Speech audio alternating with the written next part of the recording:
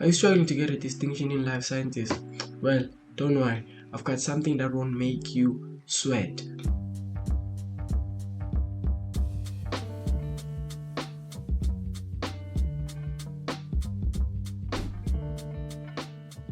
Artlist.io.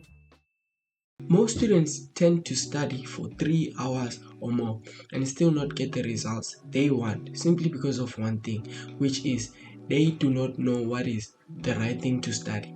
And this takes us to the first tip of the video: know what to study. Some are confused as to how they must know what they need to study, and I don't blame you, because you might have never heard of what I am going to be talking about in a second. Even if you do know it, you might not know how to use it effectively. So, what is an examination guideline? An examination guideline is like a map. We all know that a map makes it simple for you to reach your destination. Your destination in this case is the exam. We want you to ace your exam. So an examination guideline makes it simple for you to ace your exam. To those that have never seen the examination guideline, this is the picture of an examination guideline. So inside of an examination guideline, you find the topics you are going to be covering for your life sciences. You find how much each topic weighs, and then inside that certain topic you will find what you will be covering for that topic, and it gives out everything you need to know about that certain topic, your definitions to your processes. So how do you use this examination guideline thingy? As I said, in there you will find the topics that you will be covering for that certain year. So when you go for a certain topic, let's say on meiosis, says definition of meiosis. Now you have your textbook on your side, you have the examination guideline, and you have the book or whatever you are using to note down or create your own notes. So you go to your textbook now, you find out what is the definition of meiosis, and then you note it down. Then site of meiosis in plants and animals. So we can see that it is not said what is the site of meiosis in plants and animals. So you know now what you need to find in your textbook. You go to your textbook, you find out what is the site of meiosis in plants and animals. Let's go for importance of meiosis.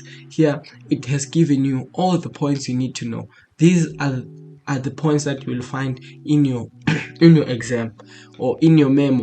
Production of haploid gametes, you take that, you note it down as it is. You don't even have to refer from the textbook, because sometimes the textbook may give you something that is very long and not easy to memorize. This will save you a lot of time as to wondering what you must study, what you must use to create your notes, what are you actually gonna expect from the exam. Now you know everything that you are going to expect from an exam, and you literally have the notes for everything that you are expecting to be asked in the exam.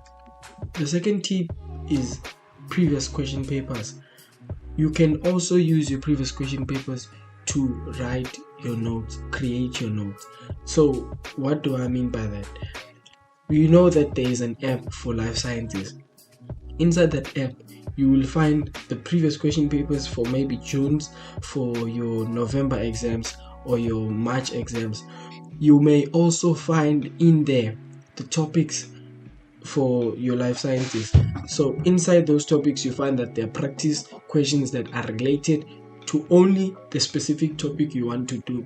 So let's say you want to find out the process maybe for oogenesis, and in the examination guideline is not given out, and you know that your textbook may give you or may over explain everything. So what you do is you go to the topic that you are studying or the topic that you want to create notes for that certain moment, and go in that app, go for that topic, then scroll out, find a question that says you must state the process of oogenesis, and then copy the process from the question paper or from the memo of that question paper as it is, because it's what they want or it's what they will be crediting you for. So what you do now is you use the memo or the memos of these topics to write your own notes. Now that you are done creating your own notes. We are using past papers to practice now. So how do you practice? Let's say you've just finished studying meiosis.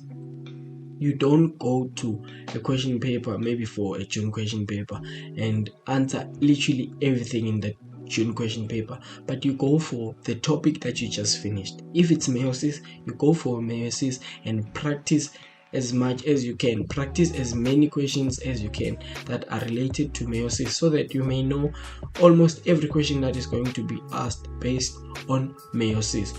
Do not go and write out the whole question paper while you just studied meiosis only. Just answer questions related to meiosis. Then after you are done with everything, with every topic, if you have studied every topic, now you know everything, you can start answering question papers. This is what I need you to do.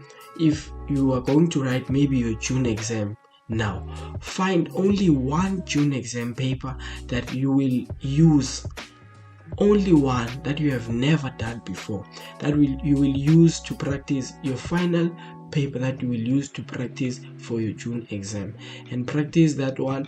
Mark yourself, and please be honest with yourself. Finally, what I need you to do is you need to set a goal for yourself.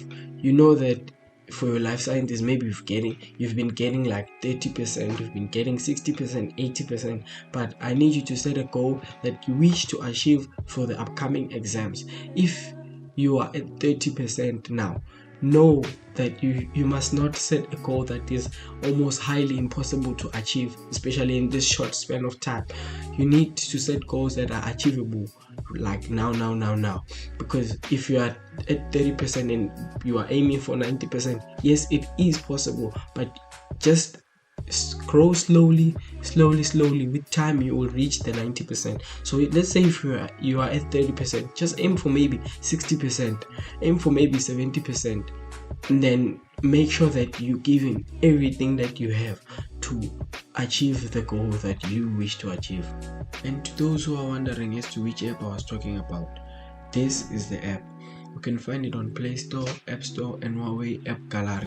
In the description, I have left a link that takes you to all the documents that I have used for my life sciences.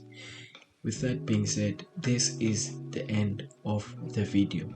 See you on the next one.